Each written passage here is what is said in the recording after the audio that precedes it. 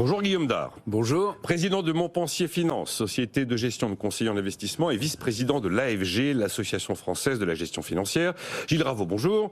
Bonjour Nicolas. Maître de conférence à l'Institut d'études européennes de Paris 8 Saint-Denis. Vous avez publié Économie, on n'a pas tout essayé au seuil. Et puis il y a quelques mois avant l'été, il y avait un hors-série de Charlie Hebdo, Retraite, le casse du siècle, qui était donc signé Gilles Raveau. Le casse du siècle, c'est le secteur privé, c'est ça ? Ah non, c'est le... Non, oui, alors, voilà. Alors, non... Allez, je dis bonjour quand même à Stéphane Van Nuffel. Bonjour Stéphane, cofondateur de netinvestissement.fr. C'est avec Stéphane notamment qu'on avait ce débat sur le livre. Oui, casse du siècle. Oui, alors par rapport au secteur privé, effectivement, une idée que je défends et à laquelle je tiens, et qui avait été expliquée il y a 20 ans déjà par quelqu'un qui s'appelle Joseph Stiglitz, qui est quand même pas n'importe qui, c'est que... Nobel d'éco. En strict point de vue d'économiste, le système de protection sociale français, et en particulier le système de retraite, est extrêmement efficace. C'est-à-dire que si on mesure le rendement de la retraite que l'on touche par rapport à ce qu'on a cotisé, dans le système public, c'est beaucoup plus élevé. Évidemment, j'ai le plaisir de dire ça devant mes deux amis ce matin, que dans le système privé, où les coûts de transaction vont être, par exemple, 10 fois plus élevés, puisque vous avez différentes mutuelles, donc il faut payer les salaires de tous ces gens-là. Le secteur marchand. Le secteur marchand, il faut payer tous les intermédiaires qui interviennent sur les marchés financiers.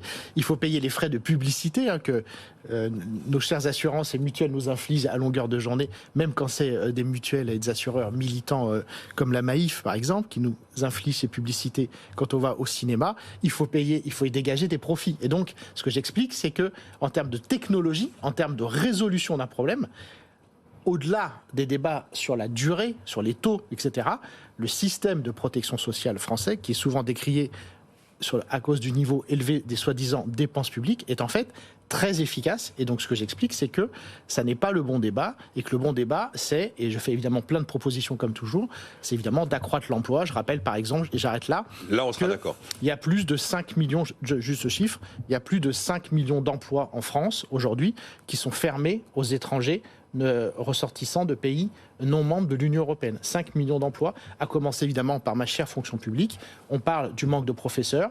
Vous ne pouvez pas être professeur titulaire de mathématiques si vous êtes tunisien. Je pense que c'est une grave erreur à tout point de vue.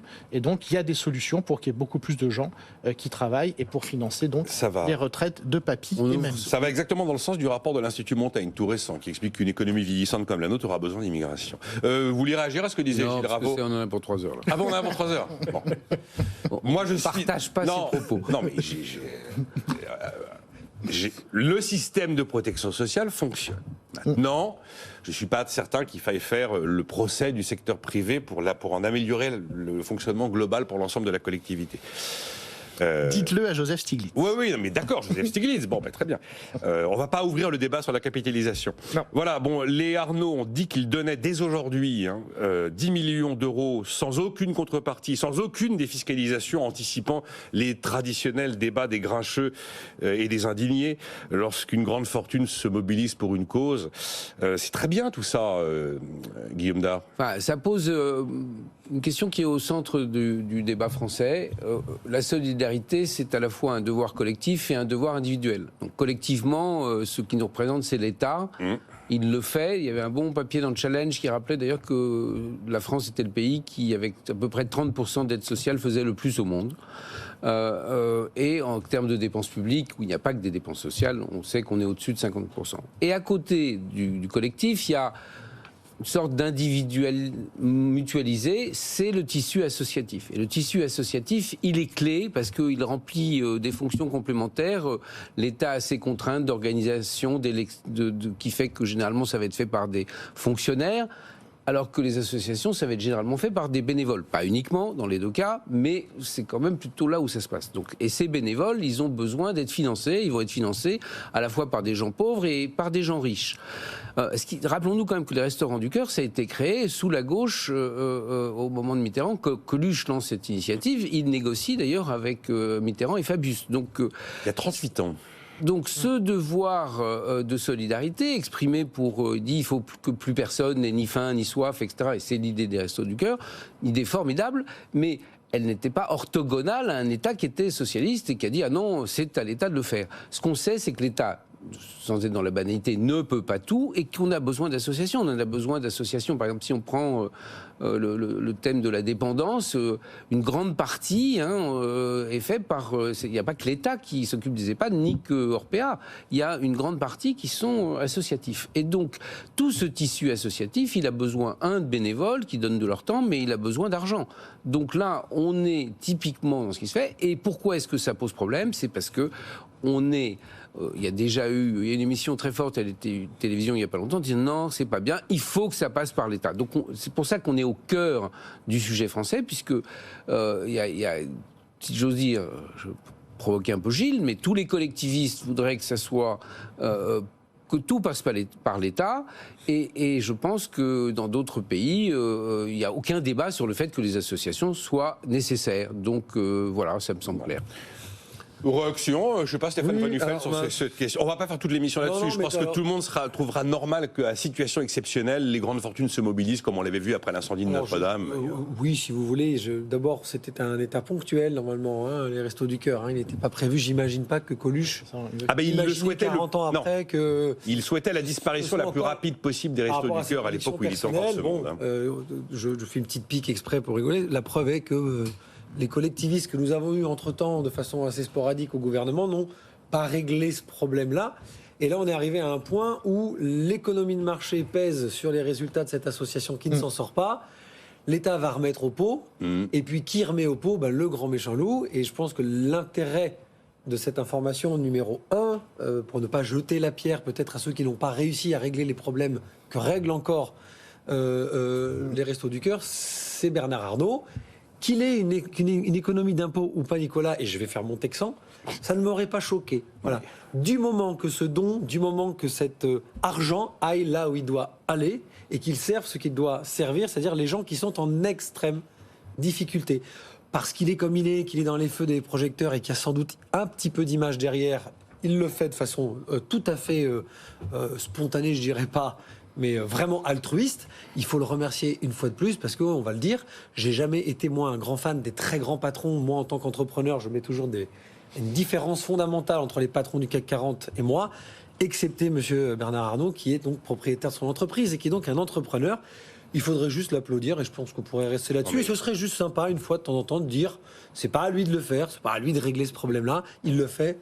Tant mieux. Non, mais il n'y a pas eu, il n'y aura pas de débat. D'ailleurs, il y avait une audition au Sénat où Bernard Arnault n'est pas ce qu'on appelle entre guillemets un comique, mais il avait un humour à froid extraordinaire parce qu'il avait dit bon, alors là j'ai donné, et puis quand j'ai donné à Notre-Dame, je me suis dit ce coup-là, on va quand même pas m'engueuler.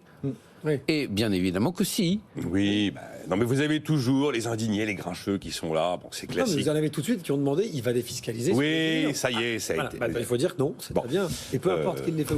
On avance. On avance, hein. Non, on n'avance pas. Comment ça, on n'avance pas ? Non, on n'avance pas. Voyons. Enfin. Non, on n'avance pas parce que donc, ce que je voudrais rappeler sur les Restos du Cœur, effectivement, le triple problème auquel ils ont à faire face, c'est qu'évidemment, il y a plus de demandes, que la nourriture qu'ils achètent, ils expliquaient que, par exemple, les restos sont obligés d'acheter de la nourriture, notamment les produits frais. Le prix, ils disaient que leurs dépenses ont doublé en un an, et que d'autre part, évidemment, il y a moins de dons puisque les gens ont moins d'argent. C'est les trois défis de l'inflation auxquels ils sont confrontés. Exactement. Juste rappeler que c'est un budget de 200 millions d'euros annuels, et donc vous avez un trou de 35 millions sur 200 millions, c'est absolument colossal. Donc juste pour dire que le déficit n'est pas que de 10 ou de 15 millions, mais bien de 35 millions. Quelques chiffres encore. Ils ont accueilli les Restos du Cœur 1,3 million de personnes cette année. À la fin août déjà, plus qu'en 2022. À la fin août, c'est plus que sur l'ensemble de l'année 2022, où ils avaient accueililli 1 100 000 personnes. Ça fait combien le repas ? Alors, le nombre de repas, c'était 140 millions de repas distribués l'année dernière.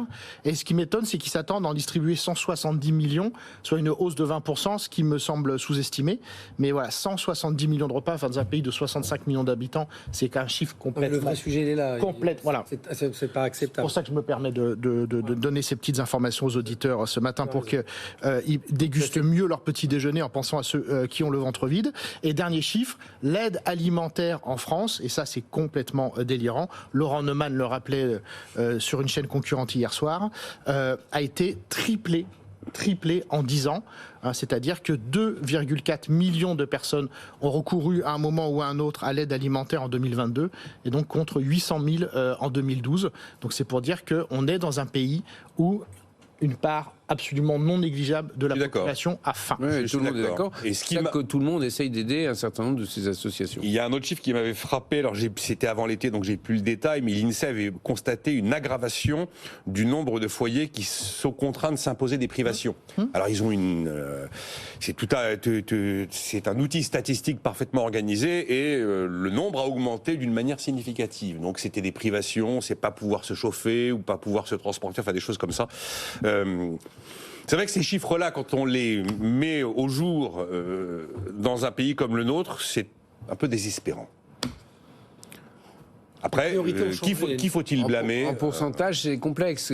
Oui. C'est quoi? C'est 1,5% de la population, si j'écoute. Non, et puis on sait qu'on a un taux de pauvreté qui est relativement bas par rapport aux autres pays de l'OCDE, même s'il est important. Donc. Non, mais nos critères de pauvreté ne sont pas les mêmes et on est dans une société. Le critère de pauvreté, c'est le salaire médian. Non, mais je veux dire, Oui, entre donc nos plus il monte, générations il y a et cette un génération pauvre. aujourd'hui, les loisirs ont pris une place aussi énorme dans les dépenses et les priorités sont malheureusement pas toujours bien calibrées non plus aussi. C'est difficile de faire le choix.